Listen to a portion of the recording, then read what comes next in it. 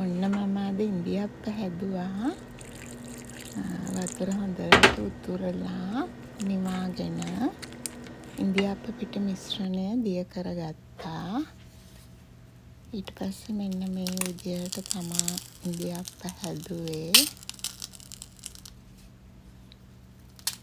ඊට පස්සේ ඉන්දියාප්ප කණ්ඩ බිත්තර හොද්දක් හදාගත්තා. ඒකට කහ විතරයි දැම්මේ, ලුණුයි පොල් කිරි. ඊට පස්සේ බිත්තර තම්බලා ඒ බිත්තරේ චප්ප කරගෙන තමයි දැම්මේ. මට මගේ අප්පච්චි මතක් වුණා.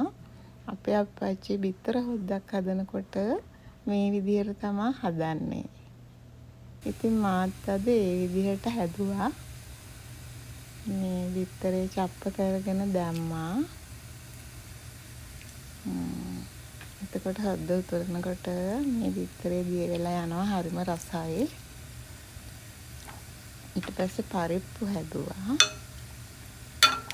අන්න ඒ විදිහට තමයි අද මගේ නිවාඩුව ගත වෙලා ගියේ.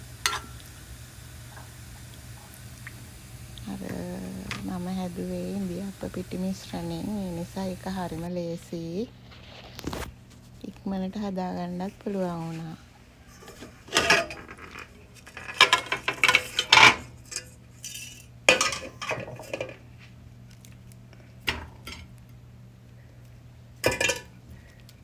ලංකාවේදී හදපු නැති කෑම දැන් ඉතින් හොය හදලා කනවා ආසාවට.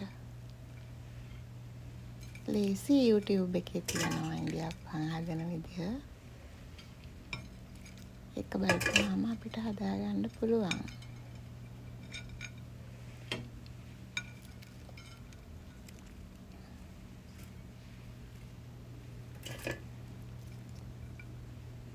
ඔයාලත් හදලා බලන්නකෝ.